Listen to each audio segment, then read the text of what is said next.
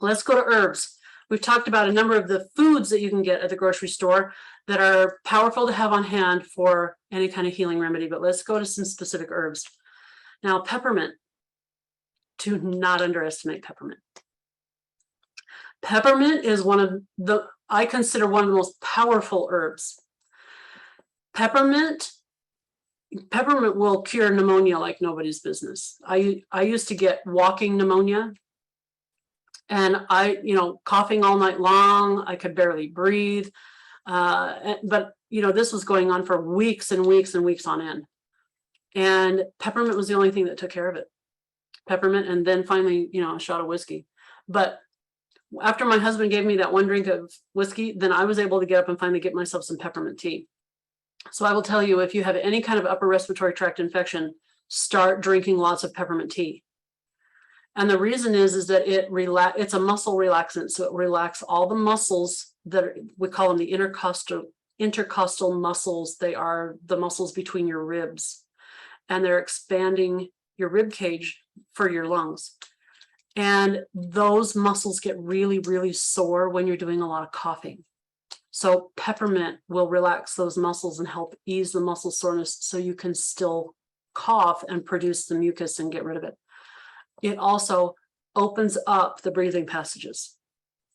Just drinking the tea, just drinking herbal infusion or herbal tea will open up the breathing passages and help you breathe better. It will also help loosen mucus from the walls of your lungs, because sometimes it's so sticky, it just won't come off, and you're trying to cough it out and you're just having a horrible coughing fit because nothing's moving anywhere.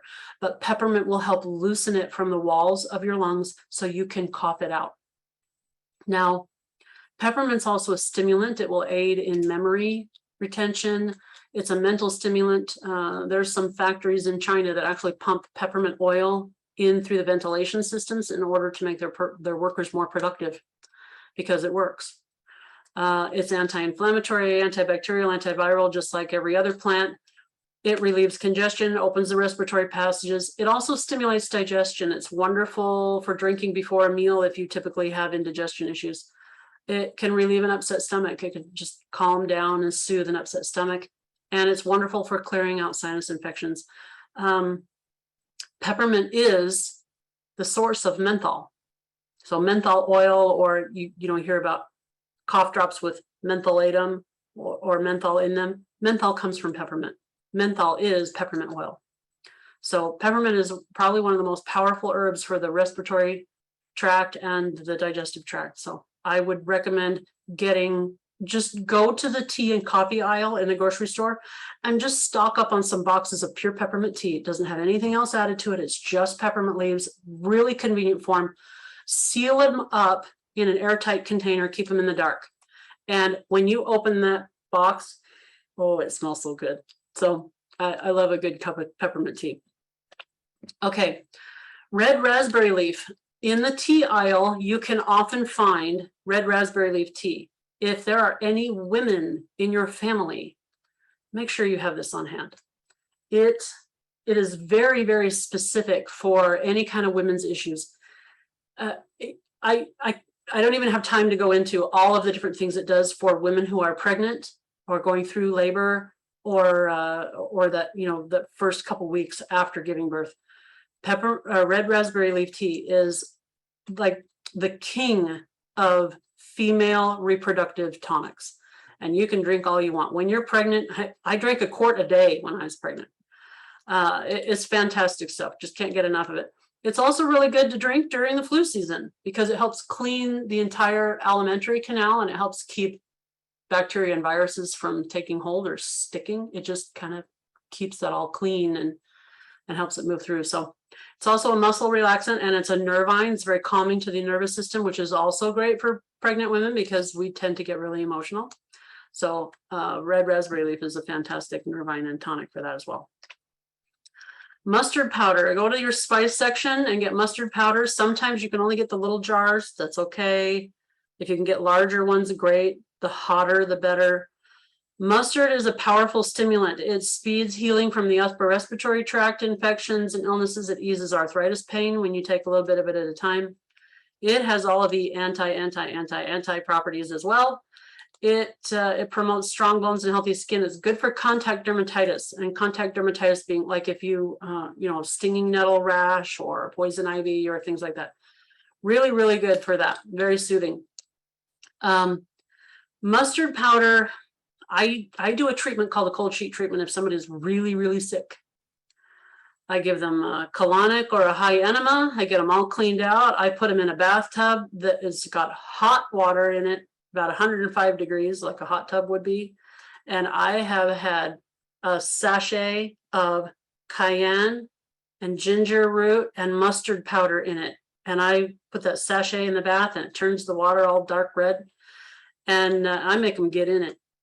And then I make them sweat it out, and I give them ginger tea to drink the whole time they're in there, because ginger is hot and it's a diaphoretic and it makes you sweat. And I sweat the crap out of them.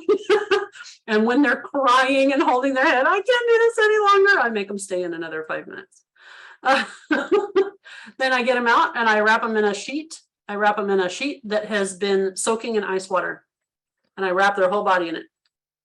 And you would think that that is quite a shock to the system, but you would be really, really surprised, because after you're that hot and your skin feels like it's burning, that cold sheet feels so good.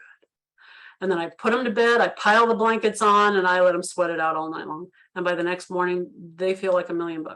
So mustard powder is an essential herb for that treatment, but it's a really good one to have on hand for medicinal purposes too. Fennel seed you can also get in the spice aisle. Fennel seed will help relieve gas pain.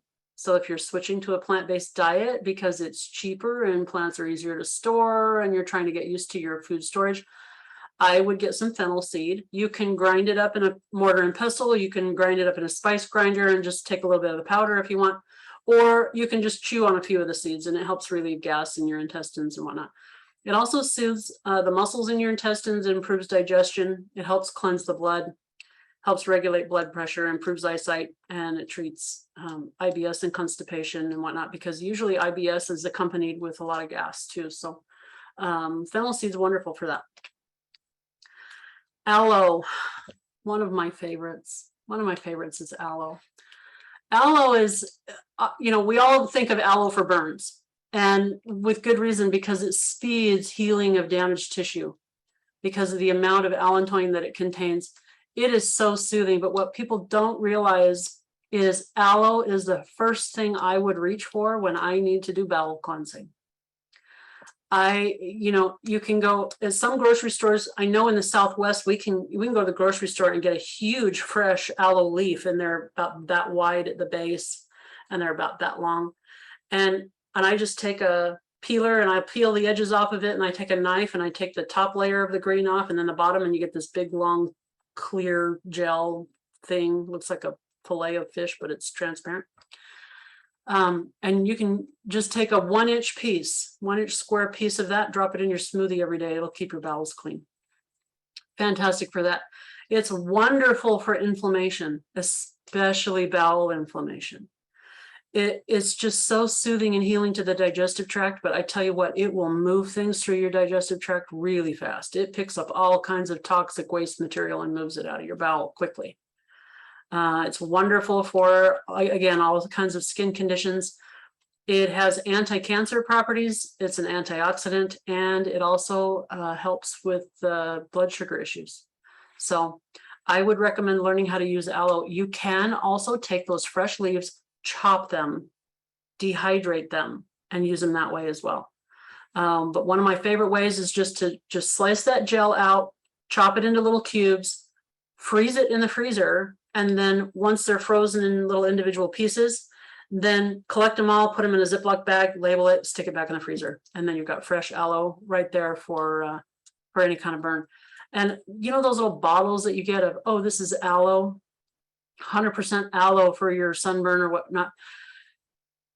They're not 100% aloe. If you got to read the ingredients, a lot of times it's gelatin, or it will have glycerin or whatnot in it, and it has maybe 5% of it is actual aloe.